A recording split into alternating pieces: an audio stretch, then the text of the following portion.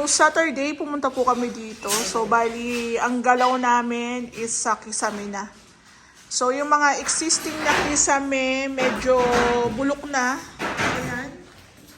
So, pagtanggal, nawawarak na siya. So, kailangan na namin siyang i-replace. Then, yung mga existing na metal parings, puro kalawang na rin siya. Siguro yung iba dyan magagamit, pero pang brace na lang siya. Pero ito, meron tayong bagong ilalagay. Ang kagandahan po kasi nito, painted na siya. So, kahit paano, protektado po yung ating metal parings. So, ito po kasi yung mga daming ginagamit noon. So, katulad po ng sinasabi ko sa inyo, mas matrabaho po ang renovation kesa po sa magpapatayo pa lang kayo ng unit. Gawa ng tingnan nyo, meron na tayong existing pero tatanggalin, babaklasin. Gawa ng, nung turn over po itong unit, is meron na talaga siyang kisame. Kaso syempre, sa tagal, meron na rin siyang mga kalawang, may mga leaks. Ayan. Usually naman, kahit sa lumina, doon din ang leaks eh. So, ito, susukatin yung pinakataas ng ating ceiling. Ayan. So, may mga part pa dito na titibagin. So, bago tayo magpa-install ng tiles, kisame po muna. Tapos, may part po doon na kailangan lagyan ng roofing. Ayan. Dahil nagkaroon po tayo doon ng extension.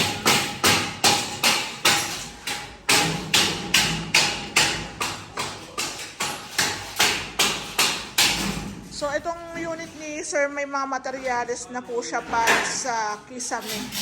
Ayan. Tapos, meron tayong mga small materials dito na galing sa bahay. So, yung mga yan, sa bahay na po yung galing. So, wag na natin panghinayangan kasi wala na rin siyang tibay. Kailangan niya siya talagang palitan.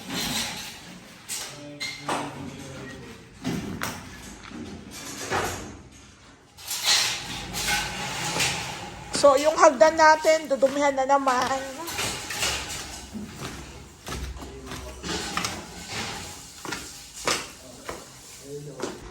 So, ayan guys, ito na yung mga PVC panels muna dito sa unit ni Sir. Tapos, mga tiles. Hindi ko muna, yung kay ma'am na tiles sa kabila, pang flooring pa lang yun na order ko. So, andito yung mga tiles natin. Ayan. So, dito po, ito yung sabi ko sa inyo, may mga titibagin pa kaya hindi namin pwedeng ipuwersa na mag-tiles na, etc. So, ito yung kitchen. Napatag na po ito. Ayan. So, sir, kung mapapanood mo tong vlog ko, pasensya na kung medyo bumabagal kami.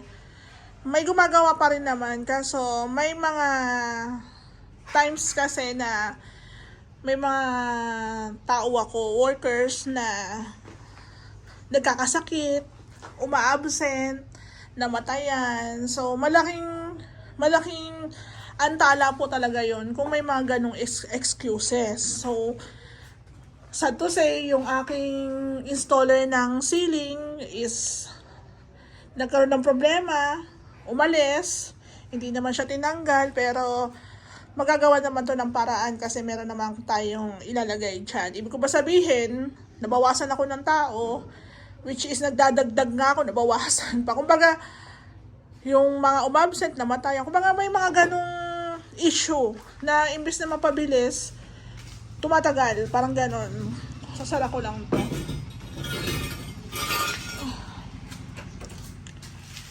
So, sa unit ni Sir, meron na po mga PVC panels, mga tiles. Itong puting tiles to, pansapin po to sa may lababo. Yung pang garage tsaka balcony. Tapos, tinatapos na po yung pagpa-plastering.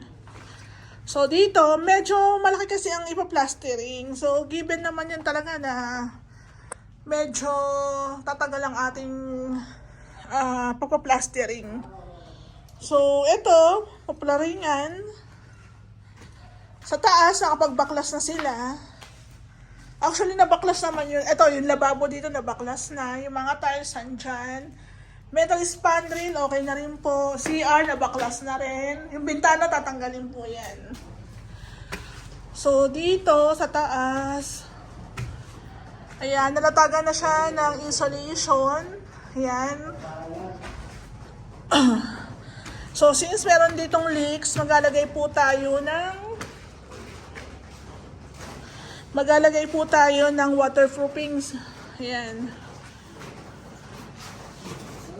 Ano? Okay. So, andito si Kuya Bok, ini-estimate na yung bububungan. So, kailangan namin magpasok ng materyales, yero, mga metal tubular, C-purlins. Tapos dito, natibag na rin po yan.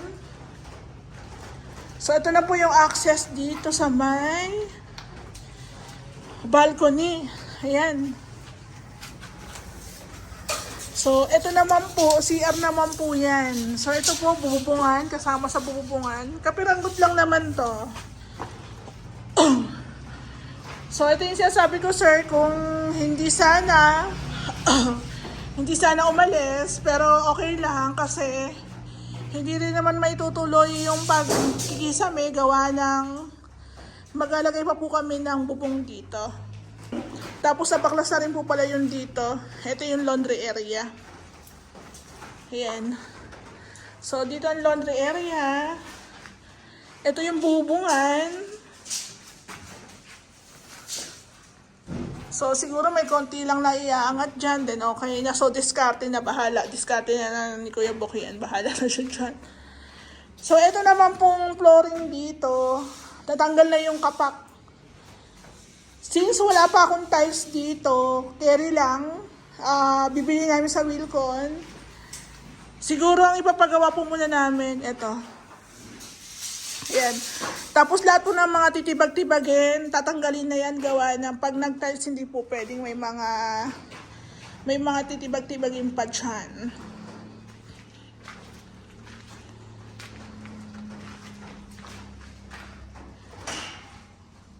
So ganyan po ang itsura niyan.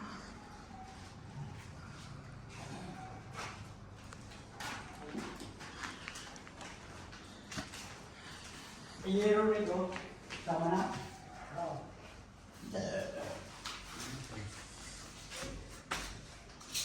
Ito po yung gutter ni sir. Meron na kaming gutter dito, cement, concrete gutter siya.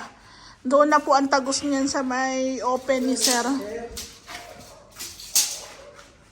Oo, yan. So, dito po sa may harapan, ayan, lagyan natin siya ng harang dyan. Siguro mga 1 meter to.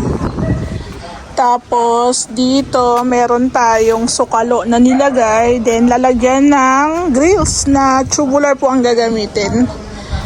So, meron tayo dito mga floor drain. Alam nga ba yung butas dito, yung onig doon sa may open? Tayo na bahala. 40 lang? 40, pwede na. Anong tapa? 40, 80. Dalawang 40. 40 by 40. So, doon naman sa kay ma'am, magkakaroon din po siya ng grills. Yan. So, dito, may grills yan paikot dito. Tapos kay ma'am, mayroon pang roofing dyan. May matitirang walang roofing. So, doon magtitibag pa dito eh. Dito, magtitibag pa dito. Alam ko, ayan.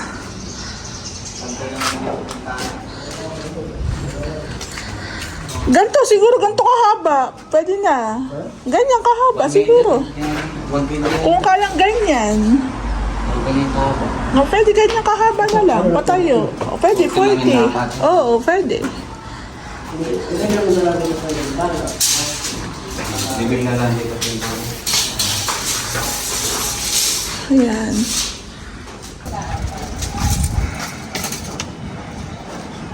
poste. Standard lang.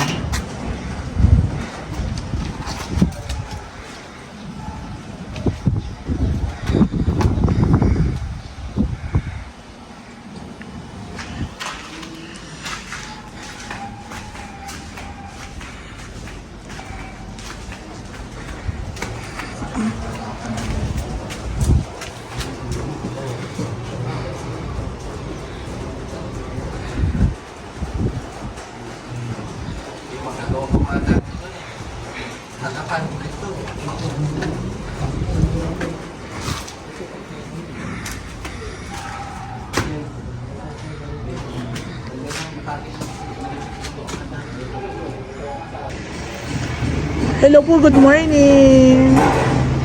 Ayan po.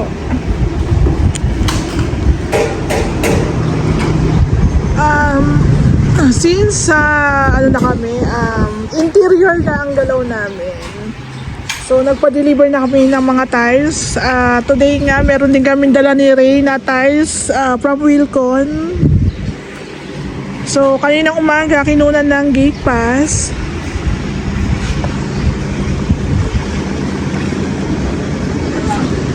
So babayaran ko po yan mamaya.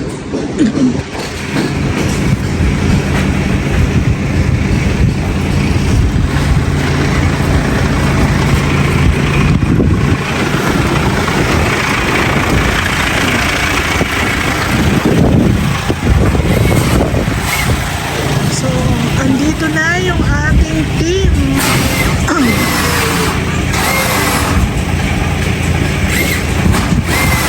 Ito po yung sinasabi ko sa inyo na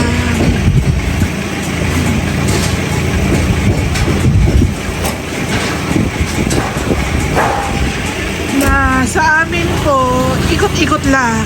Kaya pag nakita nyo yung konti lang yung tao dito or marami, ibig po sabihin nun may mga natapos ng project. So meron na namang patapos na, kaya lumilipat-lipat lang po tayo.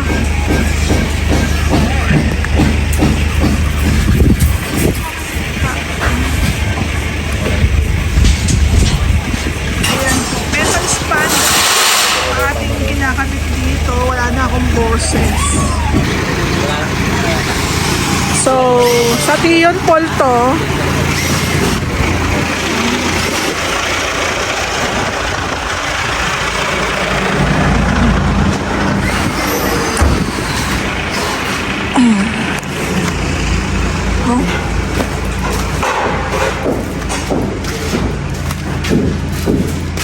Daanan ko na lang ito mamaya doon, ha? Sige lang po. Tapos kunin ko rin yung resibo. Ito yung deco stone. Yes, ma'am. Okay, sige. Daanan ko na lang mamaya. May dala rin kasi akong tiles, kaya hindi na ako dumaan doon. Okay na po. Okay, thank you, ingat. So, bali, ito po yung deco stone. Deco stone para sa 2 unit. So, yung din kagandahan na same na lang ng design. Tapos, ito, yung tiles ni sir sa second floor. So, buti na lang meron na. Tapos, molded door para sa kwarto ni sir. Yung kay sir muna, para hindi kami malito sa resibo, ma'am. Nakakalito po kasi, wala akong boses. So, dito po sa extension ni ma'am, natanggal na po yung mga kahoy. Ayan, tanggal na siya.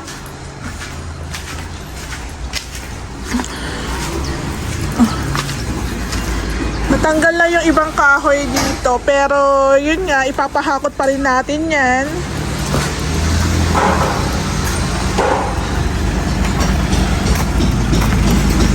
So, si Ray naman ang paparada dito.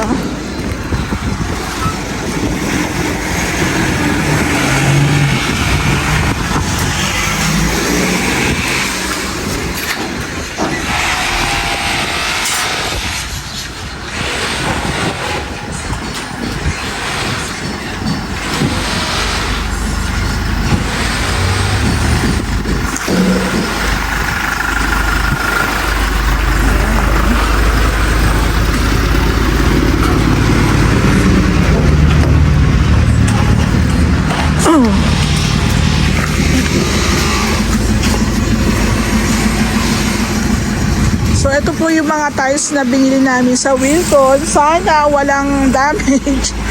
Kasi biniyahin namin siya ng medyo malayo-layo. Medyo mabigat. So, ito po yung tiles ni ma'am sa baba. Tapos yung tiles ni sir sa bathroom. Diba?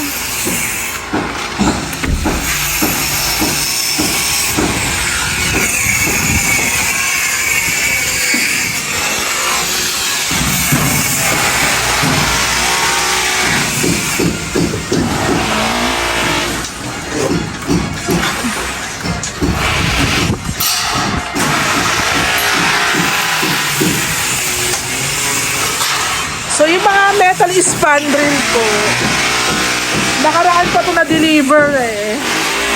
Kaya kahapon wala kaming pasok.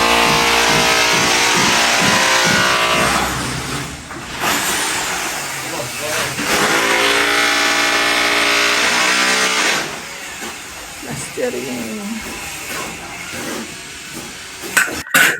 So, bali dito po sa loob, plastering ang tinatapos. Ayan. Dito sa may bintana, sasarahan natin yan. So, medyo sumikip na kami dito dahil maraming materyales. Pero syempre, yan ang gusto namin para marami kami materialis dito. Ayan. So, plastering, ongoing plastering tayo. Tapos, isusunod po natin yung pagpo-flooring. Once na nailatag na po yung ating mga PVC pipes, then,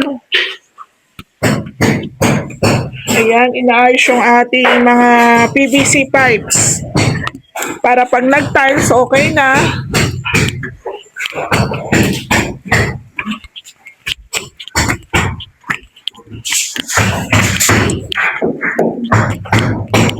So, dito, ayan po ang itsura.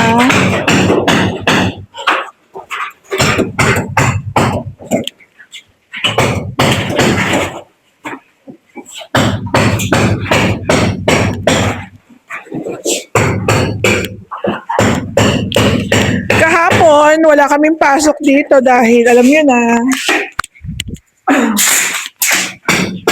So, dito po, nag-order kami ng mga metal tubular.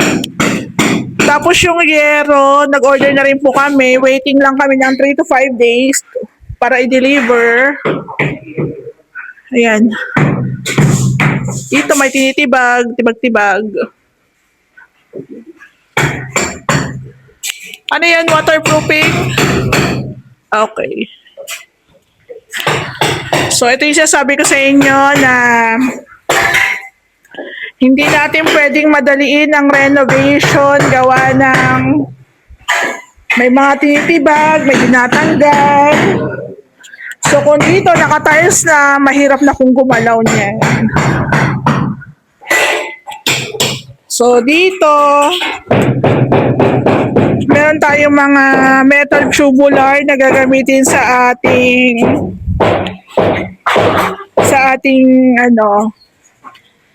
balcony. Ayan. So, na-estimate naman na yan kung may kukulangin. Siguro mga ilang piraso na lang. Tapos dun sa part kay ma'am, lalagyan din po ng sukaluyan. Same lang dito. Same lang siya dito.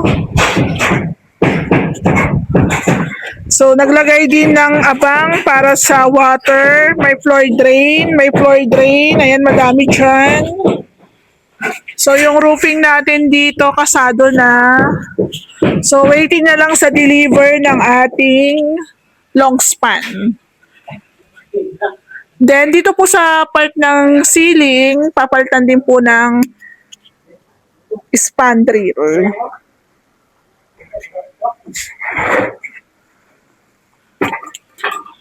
So, kaya doon po sa mga nagpapagawa sa amin dyan, huwag kayo magtampo kung minsan isa, dalawa lang gumagawa. Kasi nga po, proseso talaga ang renovation. Hindi natin pwedeng agad-agarihin. Hello po, good morning. Ayan. Saturday po ngayon. So kung mapapansin nyo, the rest ng team namin is nandito sa Sabella. Gawa ng syempre yung birdansa natin, tsaka yung Sotera halos patapos na. So andito na. So today magpapadeliver po ako ng buhangin. Pinapaubos po namin yung mga debris, yung mga pinagtibagan, para makakilos po kami ng maayos dito, makapag-flooring na. So, yung balcony natin, ongoing na po siya. Metal tubular po ang gamit natin dyan. Design ni Sir ang gusto niya. So, dito, pinipix na po nila yung harapan. Naka-deco stone po yan. Yung ibang materialis nandito pa kay ma'am. Pag nakabuelo na kami, sunod na namin gagawin yung pinakaharapan din ni ma'am. Ayan. So, meron tayo ditong mga tanse para guide.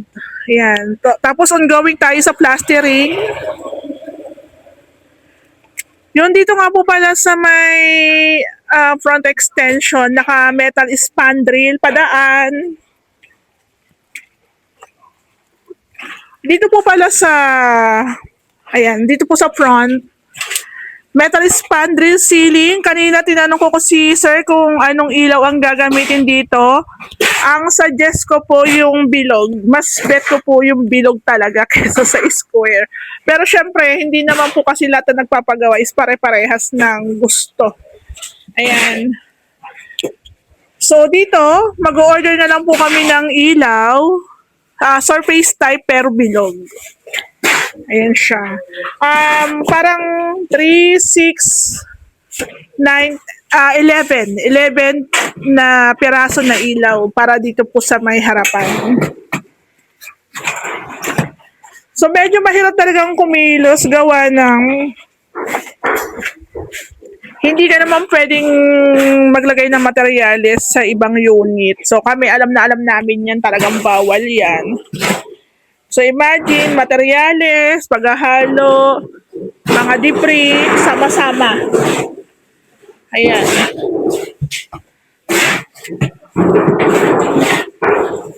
So dito sa loob, na-finish na yung dito na part. Tapos dito yung kitchen. May mga tubo na tayong nilatag dyan. Ongoing plastering tayo. So, dito naman, actually, kay Sir, wala na akong budget. Kailangan pong mag-add, gawa ng sa tiles pa lang, umabot na tayo ng 100 plus. Tapos sa PVC, wala pa akong resibo dito. Tapos meron na po kaming mga na-add sa hardware. So I think kulang na po yung dalawang 200. Kulang na po yung 200.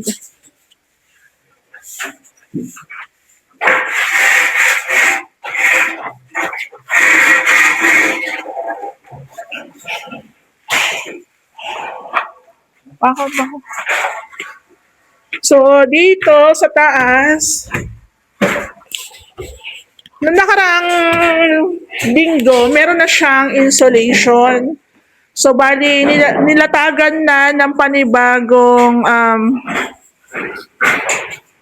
mga metal parings. Ayan. Tapos, wirings, nagpa-final na.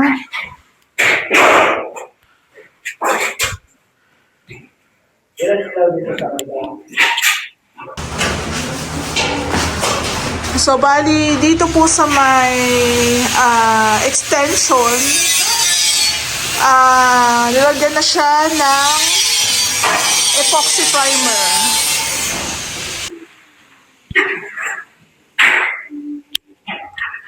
So, dito po sa may unit ni Sir,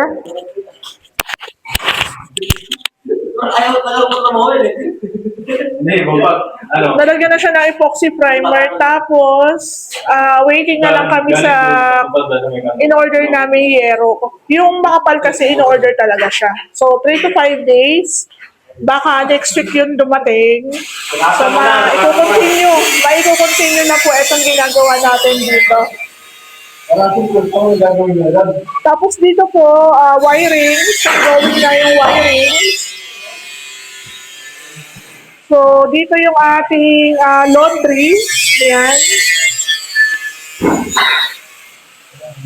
Yung laundry area po natin dito. Dito po yung pinaka-owning. Ayan. May owning tayo dito. So, ito na po yun.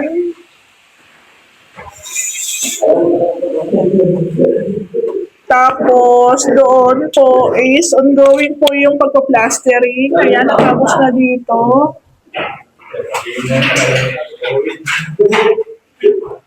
So, buti ka lang, maganda yung weather natin, hindi umuulan.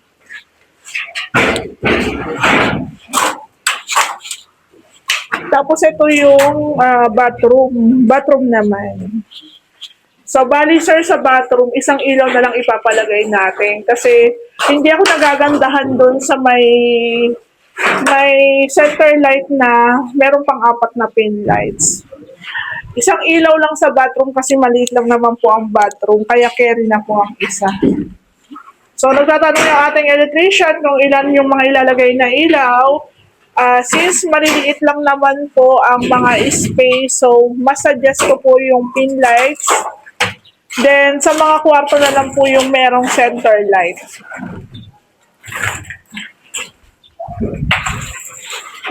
So, dito po, ongoing yung paggawa ng balcony. Ayan.